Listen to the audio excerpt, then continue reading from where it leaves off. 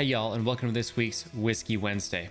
Now, this isn't a whiskey night, it's another tequila night. Why? Because today is Mexican Independence Day.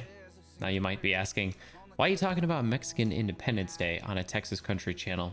Well, Mexico is our friendly neighbor to the south. All Texans love Mexico. It's a great vacation spot, cheap to get to, awesome beaches, fun time, and they have the best kinds of foods, something that, Texas has even adopted as Tex-Mex. They got tacos, nachos, burritos, all the best stuff. And not to mention, you throw in some tequila to the mix and you can't go wrong. So I am drinking tequila tonight. I'm drinking a special concoction here called a batanga. And that's actually something that I got off of John Wolf's tequila website. If you don't know, John Wolf has a tequila called Juan Lobo. John Wolf, Juan Lobo, get it? And let me just show you the website. Looks like this. And he actually has a recipe for a drink called the batanga. It's basically Coke and tequila with lime and salt. So if you're familiar with anything from Mexico, they just dump lime and salt on everything. It's pretty dang good, and it actually suggests to use the Blanco tequila with this. Now, I'm fresh out of all my Juan Lobo tequila, so I went with Hornitos. It's a pretty good brand, about $50 for this handle, but you don't want to go cheap tequila. Tastes like shit, gives you a bad hangover. Now, today's song, Ask Me to Stay by Casey Donahew. Casey Donahew is hands down my all-time favorite Texas country artist.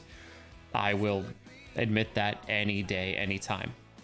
This comes off of the 15 Years the Wild Ride album. It's kind of like a greatest hits album, which is crazy.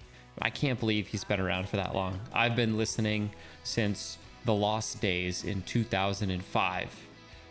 This song actually came out on a live album called like Real Raw in the Ville or something.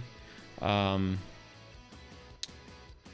can't remember what year that was, but this song is kind of about like a dysfunctional relationship.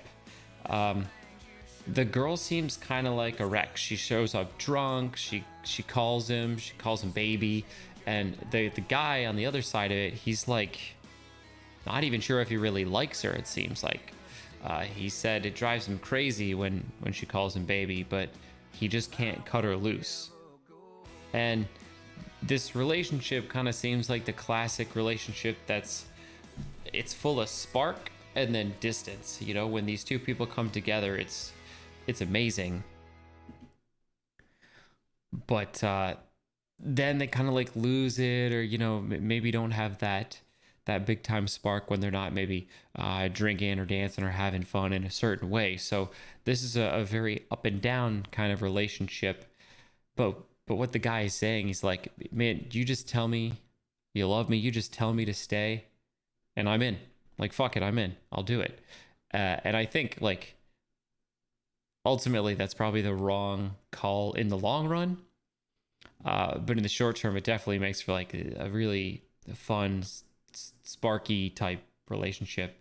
It kind of reminds me of an ex-girlfriend of mine, where it was like that. It was like you were hot and then cold. Like you were able to have a bunch of fun together, but then like everything calms down. You can't even have a conversation in the same room. And I'm glad I didn't make that choice to stay and moved on to find a better relationship where you're kind of always hot, always on fire. So it's crazy.